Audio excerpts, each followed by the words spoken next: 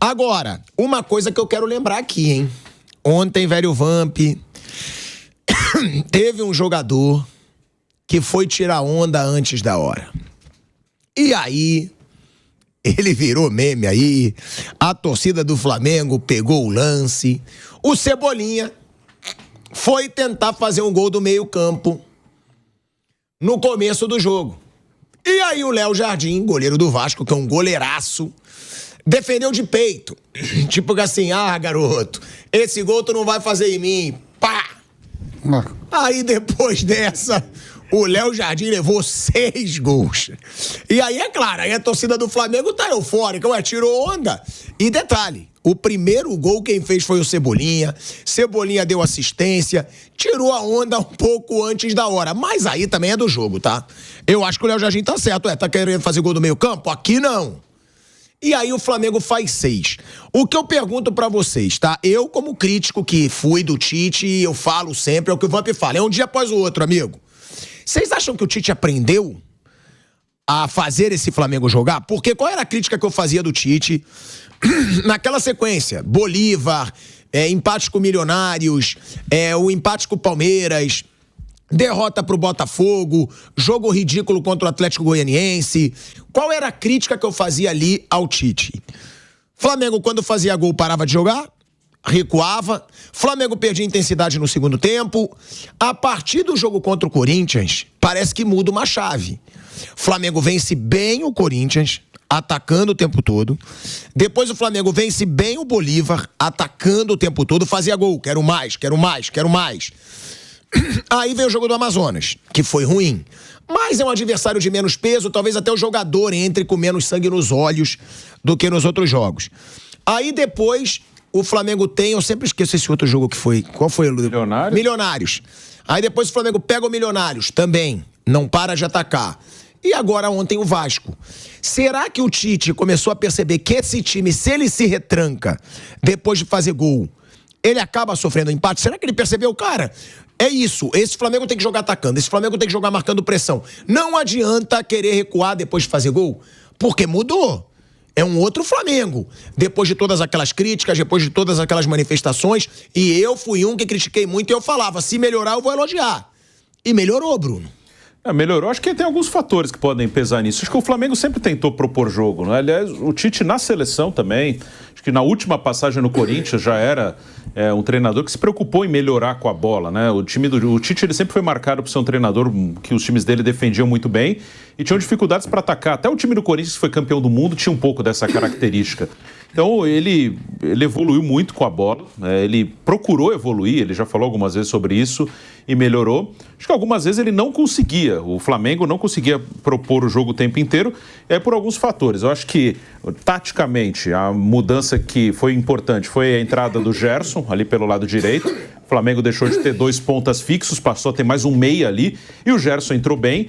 E aí você precisa que todo mundo esteja bem, né? O Gerson, ele também não jogava antes, porque ele fez uma cirurgia no rim. Então essa opção ele nem tinha um pouco tempo antes. É o Arrascaeta, um cara que vinha mal, ontem fez uma boa partida. É o Cebolinha, esse aí vinha jogando bem com o Tite, mas também teve uma lesão muscular no jogo contra o São Paulo, né? O Cebolinha sai machucado, fica um tempo fora. Então agora ele tem quase todo mundo à disposição e vai deixar de ter durante a Copa América. Aí pode ter alguma oscilação para baixo, porque ele vai perder o De La Cruz, vai perder o Arrascaeta, principalmente esses dois, né? Os outros também, Varela, Vinha, mas esses dois principalmente, Arrascaeta e De La Cruz. E também acho que o fato de não estar jogando tantos jogos seguidos, porque parou o campeonato, também ajuda a manter essa intensidade forte o tempo inteiro. Mas o Flamengo tem tudo para ter um ano muito bom, né? O time é bom e o Tite é um ótimo treinador, né? Dos que nós temos à disposição aqui no Brasil, ele é um dos melhores ou o melhor, assim, ele é um técnico muito bom. Então é um Flamengo que, principalmente, como eu falei, principalmente no brasileiro, que é pontos corridos, é quase impossível que o Flamengo não esteja entre os 2 primeiros, assim. Eu acho que é o principal favorito nos pontos corridos. Mas ficar fora de campeão ou vice, eu acho que é quase impossível. Ô, velho Vamp, tem muita gente me perguntando do que eu tava fantasiado. Então, pra quem chegou agora, eu boto de novo aqui a fantasia completa. É o Coelho da Páscoa, que distribuiu o chocolate como o Flamengo ontem no Maracanã. Distribuí chocolate pros meus queridos amigos, dancei aqui hoje de Coelhinho da Páscoa. E falando em Coelhinho, velho Vamp, Fábio Piperno, olha pra mim. Não fica olhando pro celular, não. Eu quero que você olhe pra mim. Porque você apostou contra o Flamengo. A primeira vez? A primeira Você vez? pagou esse chocolate. Por que você não contou? Por que você não contou do Palestino? Ah. Ficou quietinho. Ih. Por que o cachorrinho não latiu Olha contra o no meu Palestino? olho. Por que o cachorro, o piquinês não latiu contra o Palestino? Não é cachorro, irmão, é coelho. Hoje é coelho. Mas você não gosta de latir? Hoje é Quanto coelho. o Palestino? Quanto foi, Tico? Então olha pra mim. Não fica olhando pro celular, não. Tá valendo 200, hein? Sou o outro na Libertadores. Qualquer adversário que caia Qualquer Flamengo, um. tu quer apostar. Qualquer um. Peguei. Coelhinho da Páscoa não corre, irmão. Coelhinho dá uma atrás da outra. Olhando no meu olho, eu quero que você fale do Pedro. Do Pedro, camisa 9. Olhando no meu que eu olho. sempre falei que tinha que ser titular. Hoje. Sempre falei. Hoje. Falou que Pedro não participar. Pô, gosta do dia. Ele gosta do dia. E aí tá o Pedro Pedro participou bastante, né? com 22 gols em 26 jogos. E outra, hein? Além do gol, deu uma baita assistência pro Arrascaeta, hein, velho? Pera em 2 gols. Deu uma baita assistência pro Arrascaeta. Mas o Pedro, né, foi a Copa do Mundo. Não entendi porque o Dorival não convocou o Pedro pra Copa América, né? O Pedro e o Fabrício Bruno, né? Mas enfim, não foi, tá fazendo seus gols, é titular absoluto. E cada vez mais que o Pedro vai fazendo gol, né, junto com o Cebolinha jogando bem, vai tirando espaço do Gabigol. O Gabigol entrou ontem, fez gol, o Bruno Henrique também fez. Quer dizer, tá destruindo Tudo bem tudo. aí, Coelhinho? O Coelhinho tá destruindo tudo aqui, ó. Aí, mas o Pedro é artilheiro do time, jogador de Copa do Mundo, titular, campeão também de Libertadores, né? O Tite gosta muito. E tá jogou bem ontem, fez uma grande partida mesmo, assim. O começo, os primeiros 20 minutos, o Pedro não apareceu ali, né? Diante do Vasco. Depois fez o gol de peito, foi participando. E eu sempre falei aqui, antes de o Pedro fazer o gol ontem, eu falei que o Pedro já tinha que estar nessa seleção aí na Copa América. Ô, Piperno, você sabe qual é a fama do Coelhinho, não sabe? Ah, Coelhinho. Cadê? Dá pra pegar a câmera inteira, não, Coelhinho né? eu sei que reproduz muito, né? Isso aí. Isso. O Coelhinho, ó. Meu Ele fica sem parar. É? O Coelhinho tem essa fama. Ele Tá é- igual o Pedro esse ano, amigo. O Pedro, esse ano, são 22 gols em 26 jogos. Vale lembrar que quando o Flamengo foi campeão da Libertadores, ele foi o rei da América em 2022. Foi o artilheiro. E o Pedro, a gente sempre falou, e aí eu assumo, defendi o Gabigol. Eu falava, pô, eu prefiro o Gabigol como titular. Não dá mais pra defender, Piperno. Quem defendia o Gabigol como titular não tem mais argumento nenhum. É o Pedro e um dos principais jogadores do Flamengo nessa temporada, sem parar, que nem o Coelhinho. Então, se o Pedro é o Coelhinho, que fica lá todo inquieto, o Gabigol é o quê hoje em dia? Bom, mas olha, ontem foi o primeiro gol dele com a camisa 99, né? Primeiro, mas não dá para comparar os dois, não só agora, mas de pelo menos uns 2 anos para cá, de uns 1 ano e meio para cá, pelo menos, o Gabigol tem jogado, aliás, o Pedro tem jogado muito mais que o Gabriel. Pedro foi para a Copa do Mundo com toda a justiça e eu também teria feito o mesmo. E como disse o Vamp, eu teria sim levado De volta, hein? a Copa América. A gente tá voltando, em 10 segundinhos a gente tá voltando aí pra Rádio Jovem Pan. Que beleza. Que eu tô sem o... Aí, voltamos! De volta à Rádio Jovem Pan, agora na rádio e no YouTube. Pode concluir. Mas você Fábio ficou Piperno. então devendo uma resposta para os nossos amigos da rádio aqui. Porque se o Pedro é o coelhão reprodutor aí e tal, o Gabigol hoje em dia é o quê? Hoje o Gabigol é o bicho preguiça. É o bicho preguiça. A princípio, diz ele que ele quer voltar com tudo, deu declaração depois do jogo, quer voltar, é o Gabigol, e ele falou, eu tive mais momento bom do que ruim, geralmente deu certo. O Gabigol fez aí um desabafo que a gente vai mostrar aqui, mas já que você puxou o assunto, é um baita de um assunto. Porque ontem, até a torcida do Vasco tá indignada. Também essa aqui é o quê, né? E aí? Enfim, toma 6 e sai na rua sorridente. Não, e aí? Uma das grandes reclamações, lembrando pra você que hoje tem o sorteio da Libertadores ainda, hein? Aqui no Bate Pronto, ao vivo, hein? Uma das grandes declarações dos torcedores do Vasco é a seguinte: esse time, ele foi capaz ainda, e aí muito torcedor, esse time sem vergonha, de reerguer o Gabigol, de ressuscitar o Gabigol. O Gabigol, depois do jogo contra o Corinthians, depois da camisa do Corinthians, quer dizer, daquela polêmica, ele nem entrou em campo contra o Amazonas, ele nem entrou em campo contra o Milionários. Sim. Foi.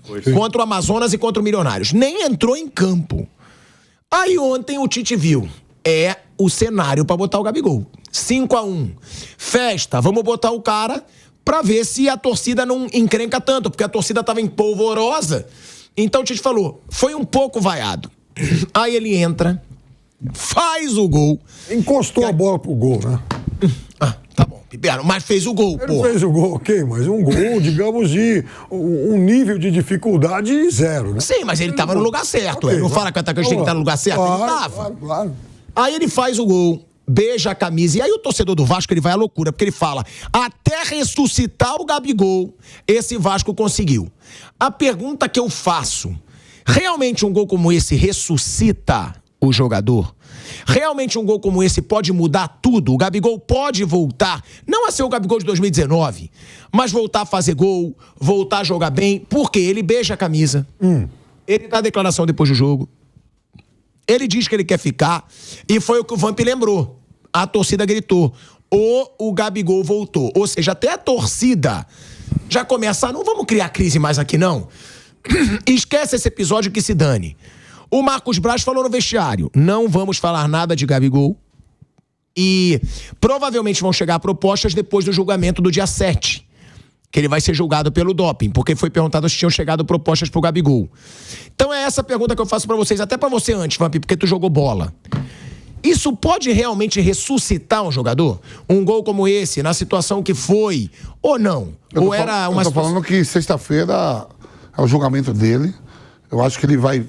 Esses dias todos aí, pode ter certeza, só se ele for relaxado demais, se não tá dormindo tenso com isso, porque ele mesmo procurou isso para a carreira dele, né? Tem o julgamento na sexta-feira, e aí não condenado, que a gente reza para que não seja, a gente torce pelo Gabigol, aí ele vai ficar com a cabeça melhor para retomar aquilo que tem de melhor. A entrevista do El Gordon lá, gostei, foi muito, muito sensível, que não pode...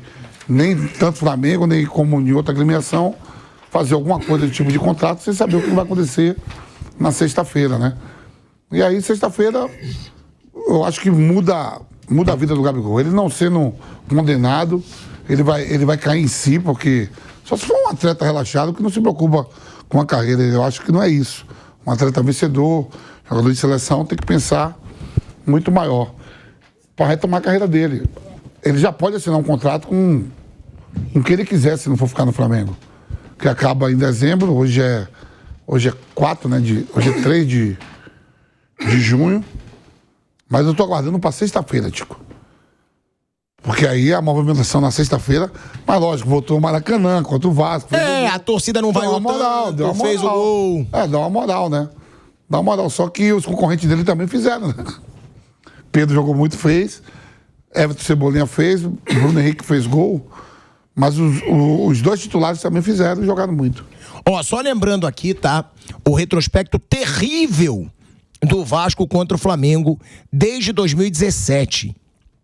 Desde 2017, o Vasco venceu o Flamengo só 2 vezes. Galera, a gente tá falando de 7 anos. Muita coisa. Nos últimos 7 anos... o Vasco só venceu o seu arquirrival Flamengo 2 vezes. No Carioca de 2021 e no Carioca de 2023. Nos últimos 28 jogos, são 16 vitórias do Flamengo, 10 empates e 2 vitórias do Vasco. No confronto, o aproveitamento do Flamengo é de 69% desde 2017. É assustador, né, Piperno? E retrata uma fase, eu vou mostrar já a declaração do Gabigol, que a gente vai ler aqui, mas retrata uma fase, cara, ridícula do Vasco da Gama, porque o Vasco é um gigante. O Vasco tem uma torcida absurda, E o torcedor do Vasco não merece a vergonha que tá virando o Vasco, Piperno. Vários rebaixamentos.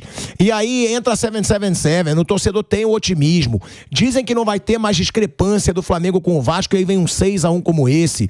E aí segue o Vasco num jejum contra o Flamengo. Que situação bizarra do Vasco. Lembrando pra galera que o sorteio da Libertadores vai ser 1h da tarde ao vivo aqui na Jovem Pan, hein? Então continua com a gente, quase 40 mil pessoas ao vivo com a gente nesse momento, Piperno. O ano passado, aqui mesmo na Jovem Pan, eu trabalhei no Flamengo e Vasco, Campeonato Carioca ainda. Não, os primeiros turnos no Campeonato Brasileiro. O Flamengo no primeiro tempo fez 4-0. Pô, lembra? Aquele passeio. Tá? Lembra? No segundo tempo, o Flamengo tirou o pé e tal, o jogo foi 4-1. O torcedor do Vasco vibrava, dava-se a impressão do time campeão do mundo quando ocorreu aquele empate em 4-4 lá no Brasileiro de 2019, o Flamengo do Jesus, o Vasco comandado pelo Luxemburgo à época. Foi um campeonato brasileiro medíocre, mas pelo menos sem susto que o Vasco fez e tal. Então, esse tem sido o padrão do Vasco. Quando o Vasco consegue um empate contra o Flamengo e quando faz um campeonato brasileiro sem susto, o Vasco já se considera no lucro. Veja, eu falei aqui no começo do programa das 5 edições de Série B que o Vasco disputou, porque o Vasco teve 4 inacreditáveis, 4 rebaixamentos de 2008 para cá. Mas não vamos esquecer que em 2022, na Série B, o Vasco só conseguiu assegurar o seu acesso na última rodada num jogo em Itu, quando ele tinha que arrancar pelo menos um empate. O Ituano ganha. O Ituano ganha, o Vasco sabe.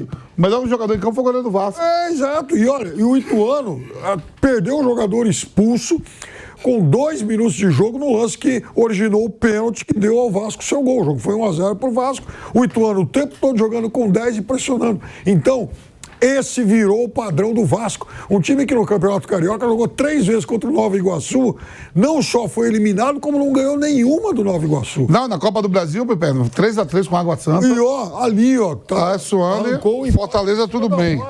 Pô, isso tem sido o padrão do Vasco. Então é inadmissível isso. Eu fico imaginando o seguinte, o garoto de 20, 22 anos, vascaíno, assim, quando ele tinha 5, 6, o Vasco começou essa trajetória de queda, ele nunca mais foi um torcedor feliz na vida. É muito tempo, né? Flavinho do Futebol, ele tá assistindo ao programa. O cachorro dele, que ele fala que é meu afilhado, também tá me assistindo lá, ligado na TV, no Coelhinho. Agora, vamos colocar na tela. Primeiro eu vou botar o que é novo, que é a publicação do Gabigol nas redes sociais, tá? O Gabigol, ele fez uma publicação onde ele cita um texto bíblico. E ele botou: Pois é. de todos os lados somos pressionados, mas não desanimados. Ficamos perplexos, mas não desesperados. Somos perseguidos, mas não abandonados. Abatidos, mas não destruídos. Eu dou moral quando merece. Agora, Gabigol, quem fez tudo foi você.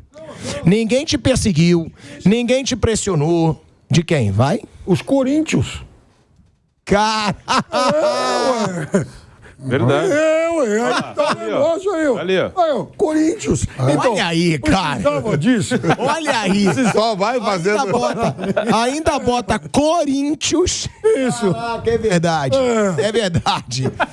Agora, mas vamos lá. Vamos lá o quê? Depois da camisa, pô, Gabigol, será que não tem outra passagem bíblica? A Bíblia é um livro grossão assim, Gabigol. Agora, tem um outro trechinho. além disso, lendo esse trecho aí, eu quero deixar uma coisa bem clara, tá?